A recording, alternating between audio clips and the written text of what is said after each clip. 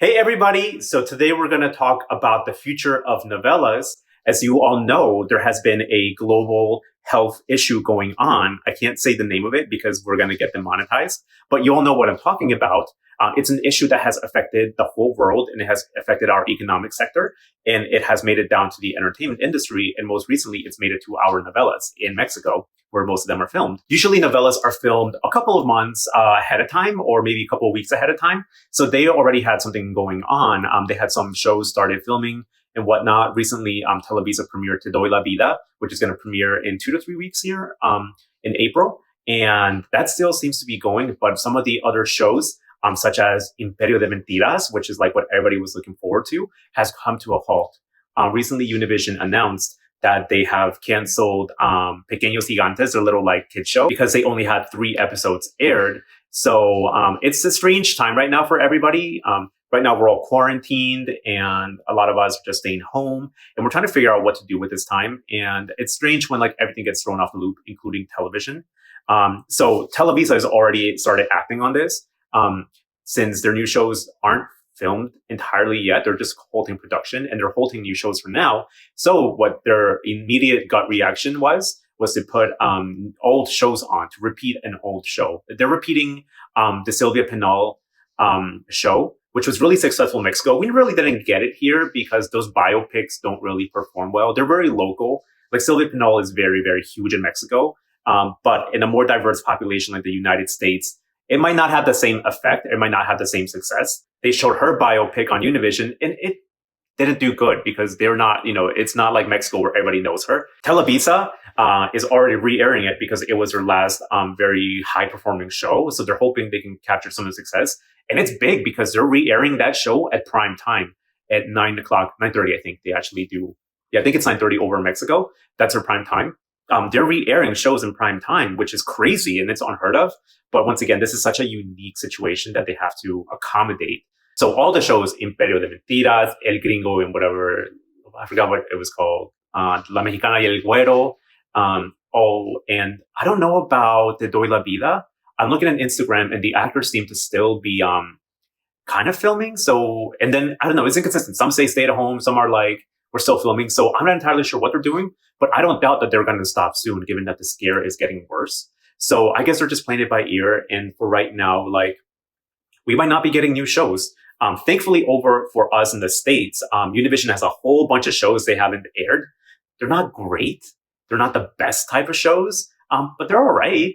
So we have some reserve in the meantime while Televisa gets their, production back in line. But for a little bit, we might not see some new shows. But that's not a bad thing because the old shows are still doing great and they've proven to do good. For example, in Mexico, Amores Verdaderos did amazing in its repeat, often beating all the primetime shows. And La que no podía amar recently ended in Mexico too. And these are repeats in the afternoon, by the way, in like random schedules. And they did great.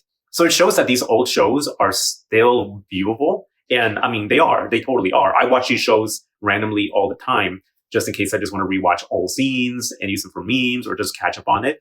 And it's easy to get hooked. I watch one episode looking for one specific scene. And then I just keep watching. I just end up watching so many other episodes unintentionally because they're that good. So it shows that these shows are well made and they're rewatchable, which is important.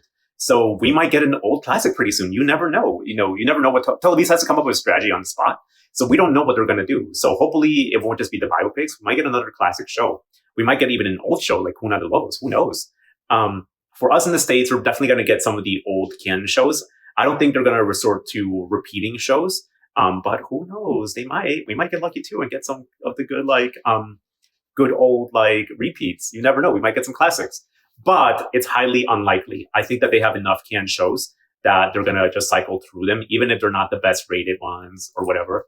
And mind you, this is just for Televisa and for Univision, which they work closely together. I'm not sure at all what's going on in Telemundo land. I'm sure that they're going to do the same thing pretty soon. So this is an interesting, very interesting time to be following this. The ratings race between Telemundo and Univision has always been very close. So it's interesting to see how this global health issue is going to affect that race. Somebody might get the upper hand based on this situation. Anything could happen at this point.